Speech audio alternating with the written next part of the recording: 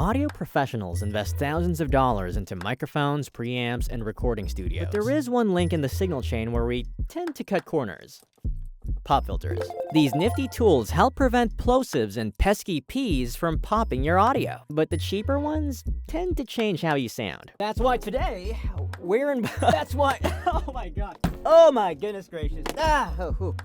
That's why today we're unboxing two premium pop filters from ISOVOX, the ISOPOP and the ISOPOP BroadCast. These two gorgeous pop filters are supposed to make you sound and look better. The question is, are they worth the premium price tag? There's only one way to find out. Let the unboxing begin.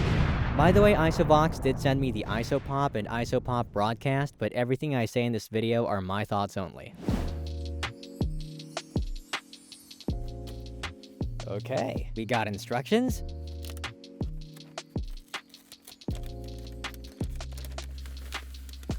Wow. And this is the ISOPOP Rose Gold.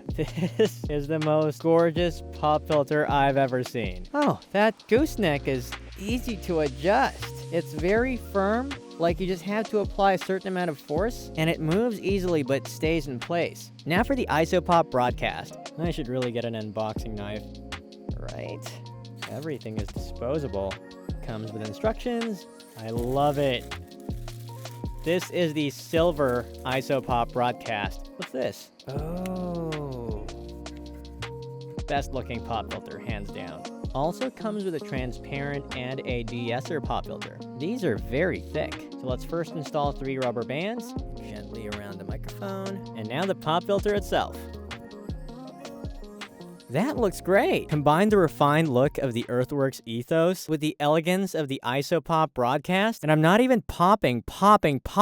Look at this! This microphone is straight out of the future. Like some kind of a science project, or does this fire lasers? Can you listen to how transparent that sounds? Pop. Alright, let's run some tests. Now before we test the ISOPOP BroadCast on the Earthworks Ethos, let's try the included pop filter. The quick brown fox jumps over the lazy dog. Plosive test. Pesky P's perpetuate problematic plosives. With a mic to the side, pesky P's perpetuate problematic plosives. Sibilance test. Smart citizens subscribe to Dave Soltura.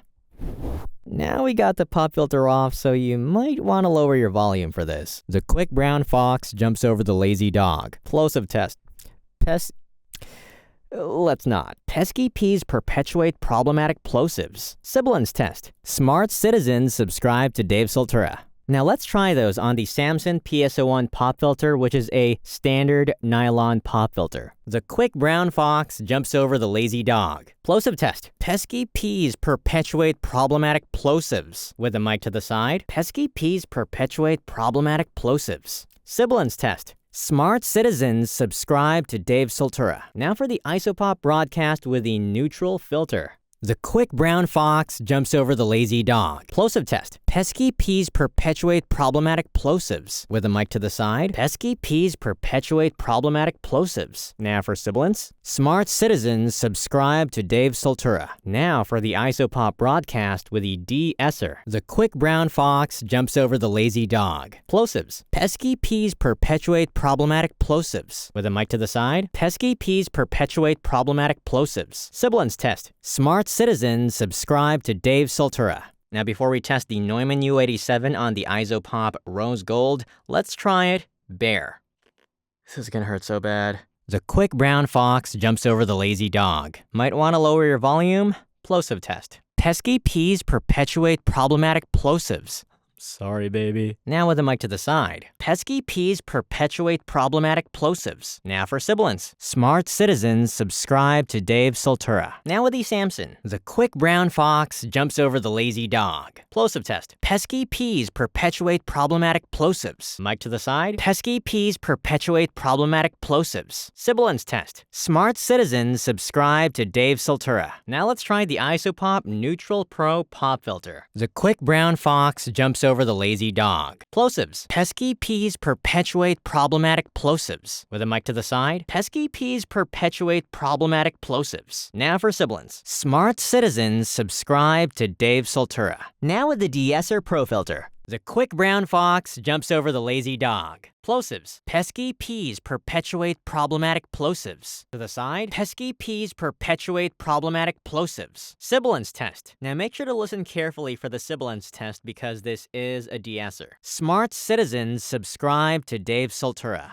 Okay, now let's hear how the ISOPOP BroadCast sounds on the Earthworks Ethos versus the Shure SM7B, first with the neutral filter. The quick brown fox jumps over the lazy dog.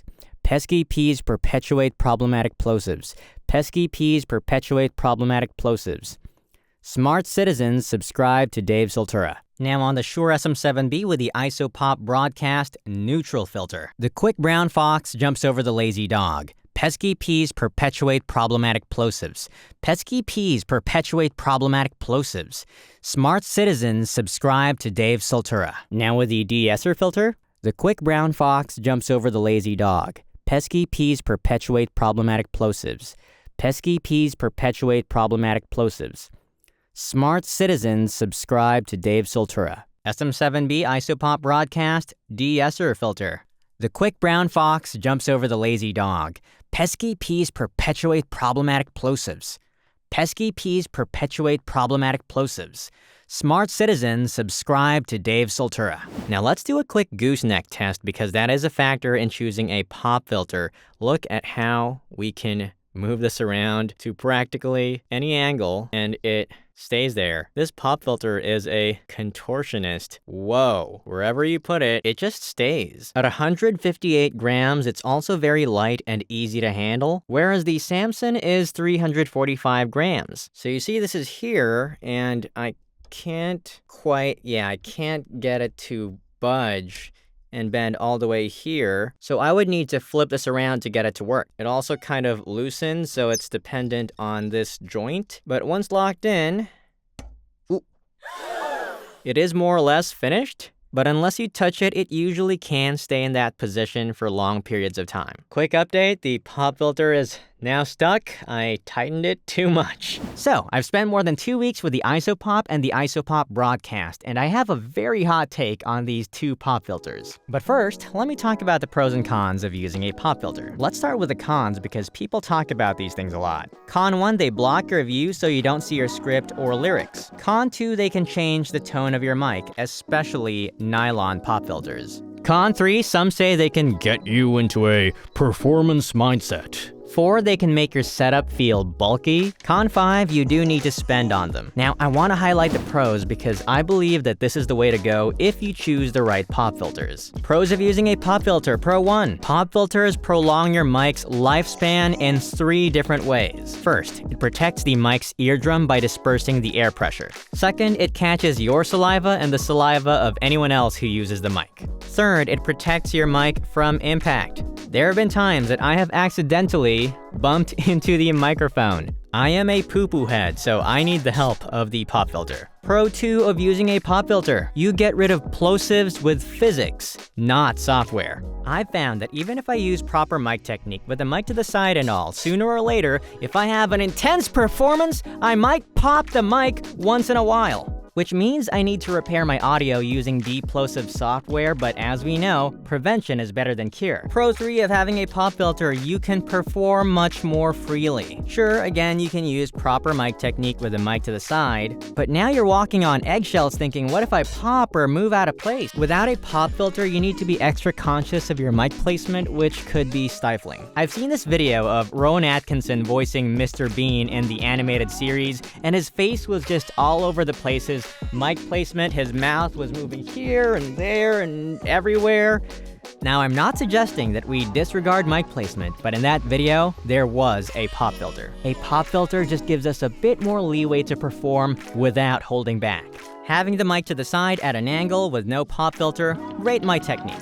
Having the mic in front of you with a pop filter, also great for certain contexts. And yes, with a generic pop filter, it can block the script or lyrics. We're always thinking in terms of either or, but what about this? Mic with a pop filter and to the side? Golden. Now for the pros and cons of the ISOPOP and the ISOPOP BroadCast. Con 1, price. Most people are used to $20 or even less for a pop filter. Con 2, the ISOPOP BroadCast's distance from the microphone capsule is limited by the microphone it's mounted on. As you can hear, the ISOPOP BroadCast works incredibly well on the Shure SM7B pop. I just can't get this to pop. Whereas the Earthworks Ethos was easier to pop. That's because the SM7B capsule is recessed deeper into the grill. You see, the capsule is over here, and this is where the pop filter starts, but when I mount this onto the Ethos, the distance is significantly shorter, and that wider gap really helps weaken the plosives. And those are all of the cons. Pro 1, the build quality is top-notch. Pro 2, the gooseneck of the ISOPOP is easy to move, but it stays in place. Pro 3, the premium aesthetic. Both of these are absolute eye candy. Seems trivial, but in situations where most pop filters are visually distracting, these actually add a bit of interest to the scene and elevate your brand. Pro 4 is the size. These are never going to block your view. Their presence is negligible compared to the Samson. 5, you are getting 2 pop filters for the price of 1. If you want to do a DIY project, grab the spare filter and attach it to a gooseneck. 6, the neutral filter works. I don't think it's 100% transparent. Like, there is this speck of graininess that I might be hearing, so it might be 99.5% transparent. It's one of those kills 99.9% of bacteria types of things, which means it's inconsequential. Pro 7, the De-Esser works. While I do find that the nylon pop filter does a bit of de-essing as well, it does make the higher frequencies duller. But the De-Esser only removes my sibilant frequencies. I also find that the De-Esser prevents plosives even better. I think it's because the De-Esser is essentially the same material as the neutral filter, except it's so dense that light barely passes through it. Nowadays, I almost always have my De-Esser on, even on the Neumann U87, which I try not to EQ that much. This saves me the time of having to use a De-Esser plugin in post, and it also means I don't have to turn on my audio interface's De-Esser plugin, which means I can use other plugins in place of that. And Pro 8, these are washable. Overall, I wholeheartedly recommend the ISOPOP and the ISOPOP BroadCast for audio professionals and creators who have the highest standards for their equipment. If you enjoy rugged build quality, a luxurious look, and professional sound, then you might like these. But if you have that DIY spirit and you would rather spend time assembling your own pop filter, that's completely valid, and these probably aren't for you. And for those who are still thinking, why would I spend that much on pop filters? Well, in the same way, people who buy flagship iPhones generally don't use cheap cases. They get the best possible case. People who buy Rolexes generally don't use entry-level straps. And if you are spending $3,200 on a microphone, wouldn't you invest just an extra $100 or so more just to make sure you're getting the best pop filter? But again, these are for the more advanced types of users who've already invested thousands into their signal chain. If you just got a USB mic and you're looking to upgrade, you're probably better off investing in a proper XLR setup first. Or if you already got a great XLR mic and an entry-level audio interface, then you might want to upgrade that first. So what do you think of the ISOPOP and the ISOPOP BroadCast? If you like this video, hit the subscribe button down below. I'll also leave links to these in the description. And special thanks to these incredible people. And I'll see you in the next video.